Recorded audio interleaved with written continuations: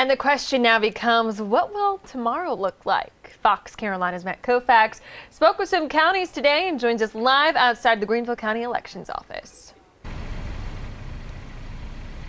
Yeah, guys, that really is the million-dollar question, and the lines were snaked around the building and all the way through here today. There were a lot of people who came out to let their voice be heard at the very last minute.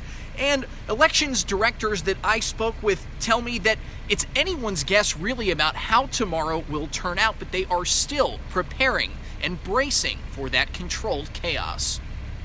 Conway Belanger with Greenville County Elections says despite record early voting numbers, they still expect an election day like many others. We expect pretty decent turnout tomorrow, but you know who controls that is the voters. We've only voted about 25% of the voters in absentee. That's about 90,000 people, but 75% of registered voters still need their voices heard. We will start counting some absentees tomorrow, but we won't report until the last person has cast the last ballot in Greenville County. In Greenville County, about half the 25% of early voters did so in person, the other half by mail. It's a little different in Lawrence County. We were good until about 4 o'clock, and I looked outside and we were wrapped around the building, and that's the first time this season we've had that many voters in line. Lynn West says it's anyone's guess when it comes to tomorrow. Some precincts in her area have had 45% absentee turnout, others only 11 or 12%. We were fortunate that the law was passed that we could open the envelopes early. We did that today. The majority of our envelopes are open and separated. She says they plan to start counting absentees at 10 a.m. sharp and should be done by the time in-person voting wraps around 7 p.m., just in time to count those votes. We had 8,000 voters, but there's 47,000 voters in Lawrence County. She says she expects things to be busy, but not unmanageable.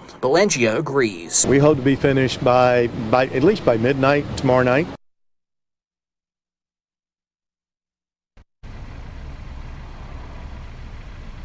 And the big takeaway here is that it really comes down to where you're located. Obviously, you saw there a bit of a dichotomy between our more heavily populated areas and some of our more rural counties. But if there's anything that 2020 has taught us, guys, is that we need to expect the unexpected. Officials I spoke to say vote early, be safe, and above all, be patient. That's the biggest thing with so many votes coming from so many different sources this year. They want folks to remain calm and trust the process. In Greenville tonight, Matt Kaufax, Fox Carolina, the 10 o'clock news.